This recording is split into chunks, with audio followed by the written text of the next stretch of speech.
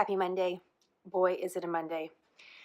This will be quick and hopefully we are running to the airport. We're still on West Coast time. I'm sorry we're so late today, but I just wanted to jump on and give you a quick brief for Monday morning because there's a couple big stories that we should keep an eye on and just want to make sure that's on your radar for today. So the first one that I think is really big is a story coming out of the New York Times. There were reports over the weekend that the United States had met again with members of the Taliban to continue these peace talks that we've heard about for the last several months. If you've been reading Smarter News, though, you know that last week the Taliban basically said that they were going to walk away from negotiations. And so what I'm going to say now, I think we have to take with a grain of salt. The big picture for all of this is that we know that in Afghanistan, America is still in our longest war ever. And we still have almost 15,000 troops on the ground there. And the president has recently said, similar to Syria, that he would like to withdraw some of these troops. So we do know that we have been trying to sit down with the Taliban because basically they are the most powerful organization in the country. I hate to say it, but I think that could possibly be fair. The government has never been that strong or functioning that well. And the Taliban has more territory now than they ever did at any point in the war. That's why we're talking to them. So the person, we call him an envoy, the envoy that's representing America gave an interview to the New York Times today. This is only in the New York Times, although different news outlets have covered the conversations over the weekend. But what he said in the New York Times was significant. He said that a deal framework has been reached. The details, TBA, but the framework is there. And that would be very notable progress. It could effectively, don't put those on. You have to put pants on for the plane. Your pants are right there on the couch. I'm sorry. And you have to wear underwear. Sorry. I'm sorry. Okay. Where was I? I don't know. I know I was in Afghanistan. But listen, if some sort of a peace agreement, and it's hard to even use that term peace agreement because we're talking about the Taliban who we fought for the last 17 years, okay? If it was to come to a deal, and that's a big if, the question would be, would the Taliban honor those terms? Would that mean America would withdraw all of its troops? I mean, there's a huge amount of questions, but I do want this on your radar that it has happened. Now, back here at home, I want you to know that the president gave an interview to the Wall Street Journal. We actually didn't get that on our site today, and we should have, but, you know, in general, there was a couple other things I just wanted to have on your radar. And one of the things he said is that he gave it a 50-50 chance that Congress would come up with a plan that would allow some border funding money for a wall before the 3-week period that the government is now opening and functioning expires. So we know the government is back open today because Congress and the president came together and they signed this temporary bill funding the government that the Democrats wanted. Now President Trump says, I still want the border wall funding, and there is a group of moderate lawmakers that are together that are supposed to be working on a solution that provides border wall funding. But the president's giving a 50-50 chance of actually producing something that he'd want to sign. So that's still on the horizon, but off the immediate horizon.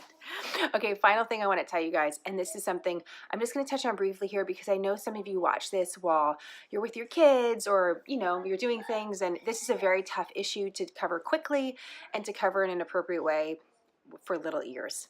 But many of you asked last week about the new law that was passed in New York State about abortion.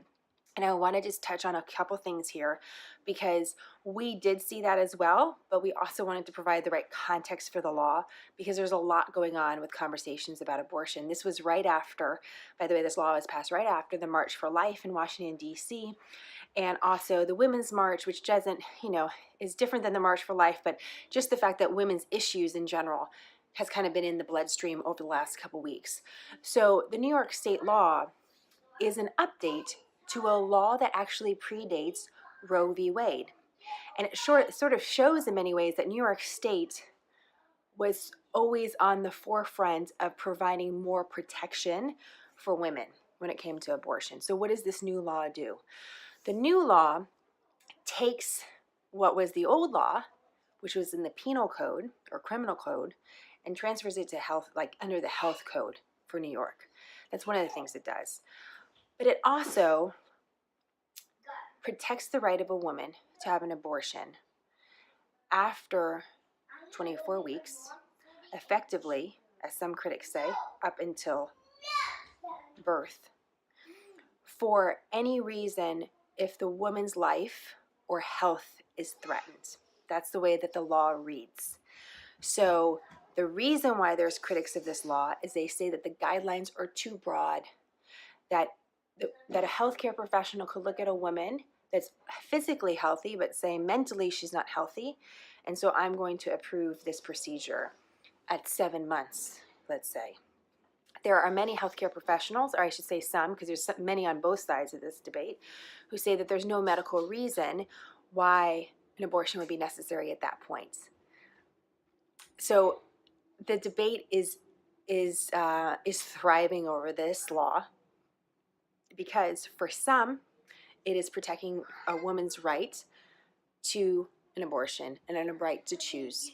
And for others, it's saying that the guidelines are too broad and really permits. What do you have in your hand? Permits. Okay, give me a second. Permits the procedure at any point in the pregnancy.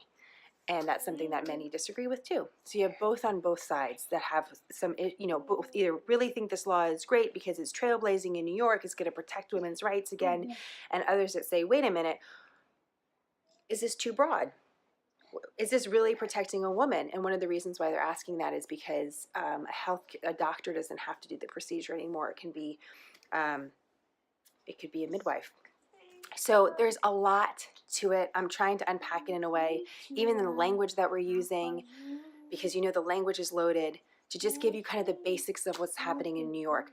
The big picture for it is this. There are those that feel threatened now because there's a Republican in office and a more conservative Supreme Court that worry that if there's a law that could be challenging to the federal law on abortion, it would change the law, could change the law of the land because of the conservative leanings of the courts.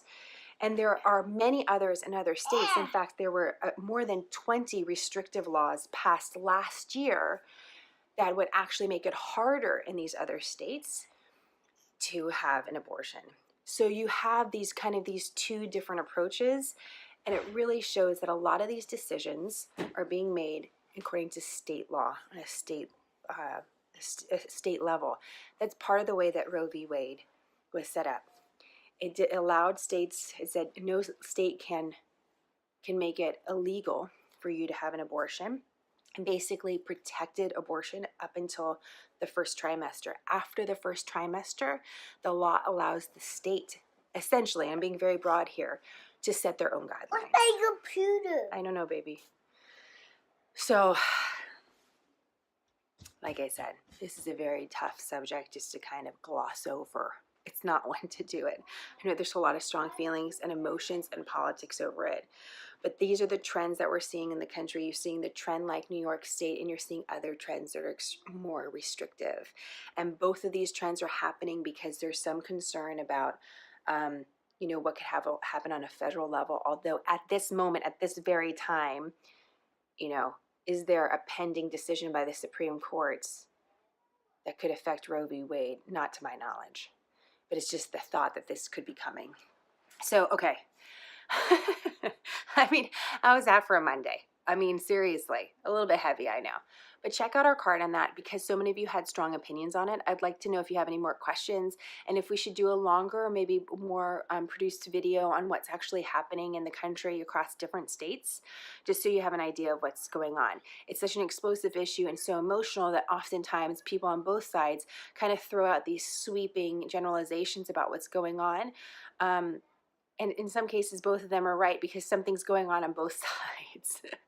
But I don't know if it's ever really clear. So let me know if we can be helpful on that. Okay, you can DM me your questions and I'm happy to help. Again, we just want to provide nonpartisan, this is what's going on. This is what's happening with the New York State law. This is why some people like it. This is why some people don't like it. And in general, this is still an issue that remains a highly debated issue in America. Okay. All right, guys, have a great day. Let me know if you see any other stories that you'd like us to cover, and we so appreciate your support. Bye, guys.